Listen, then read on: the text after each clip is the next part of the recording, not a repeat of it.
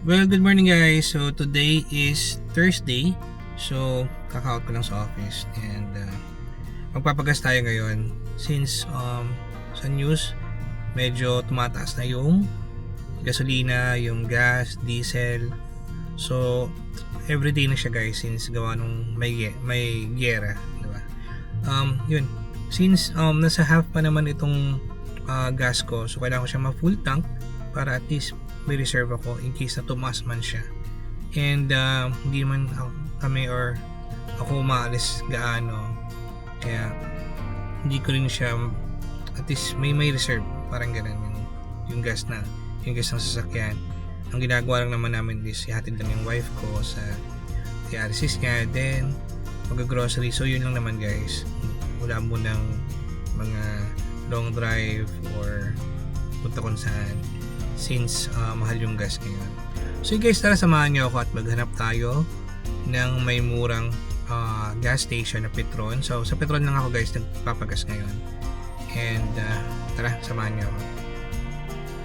So yun guys, nandito tayo sa may Petron, Arnaldo Highway. So yan siya guys.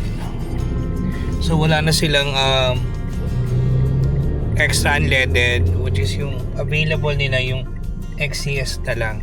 So yun guys, nagkakaubusan na siguro ng unleaded since patasan ng patas yung price ng gas ngayon since gawa ng giyera. So yun, hanap tayo ng ibang Petron na may unleaded kasi Petron lang guys yung pinapagas ko since yan, meron pa naman ako. Yan. Gusto ko lang siya ma-full para at least meron tayong reserve. So hanap lang ako ng ibang Petron na gas station. Let's go. 1,000 kuya.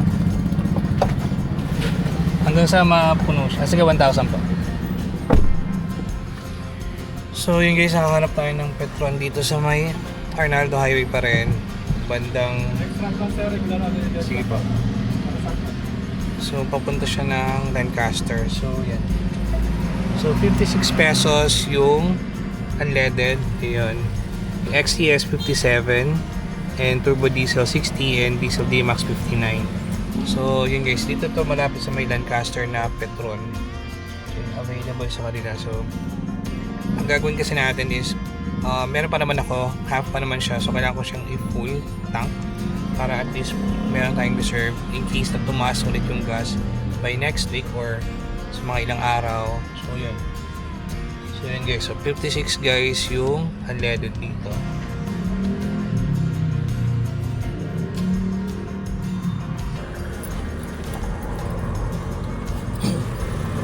Maganda na guys na full tank tayo para at least hindi tayo magiging problema kung nagka-short tayo sa gas.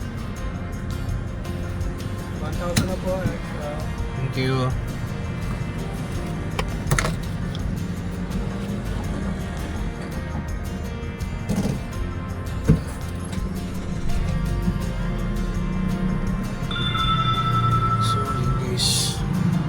So bali 17 liters 0.82.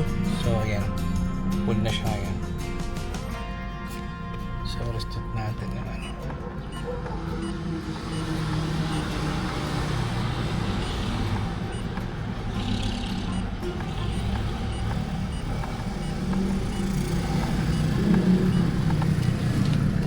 Thank you.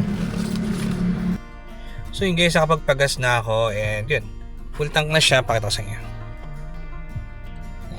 So, full tank na siya guys, and at least may reserve tayo. And yung sana wag nang tumaas yung gas kasi kawawa naman yung mga, lalo yung mga jeepney driver. Yung diesel na sa 12 pesos na yata yung increase or 10. So basta yun guys, and keep safe to everyone. So yun guys, bye.